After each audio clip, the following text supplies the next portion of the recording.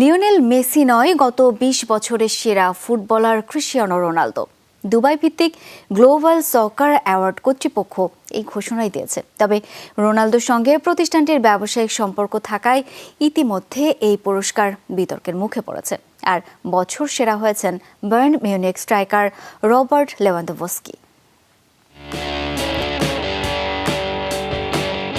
একজন Lionel Messi আর একজন Cristiano Ronaldo যেন ফুটবলের সৌন্দর্য। তাদের পায়ের দোলায় উদ্বেলিত হয় কোটি ফুটবল প্রেমীর মন।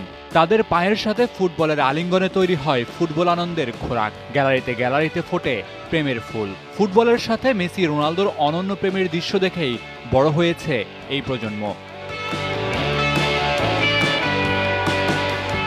ফুটবলকে যারা ভালোবাসেন তারা সবাই সেরাদের কাতারে বসিয়েছেন ক্রিস্টিয়ানো ও মেসিকে। এরপরও এদের শ্রেষ্ঠত্ব নিয়ে মাঠের বাইরে চলে তর্ক বিতর্ক, আলোচনা সমালোচনা।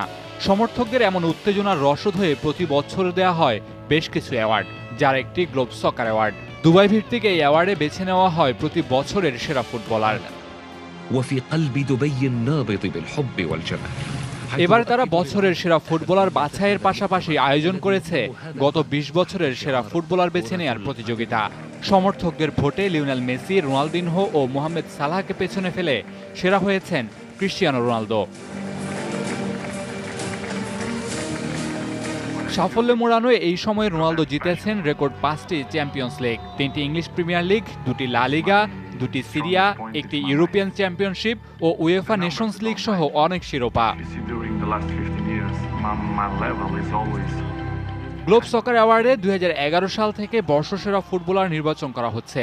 গতবার টানা চতুর্থ ও মোট ষষ্ঠবারের মতো পুরস্কারটি জিতেছিলেন রোনালদো।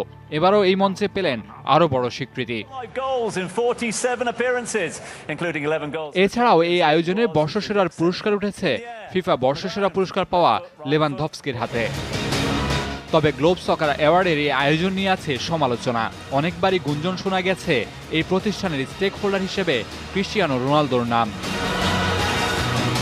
মামুনুর রশিদ, যমুনা স্পোর্টস।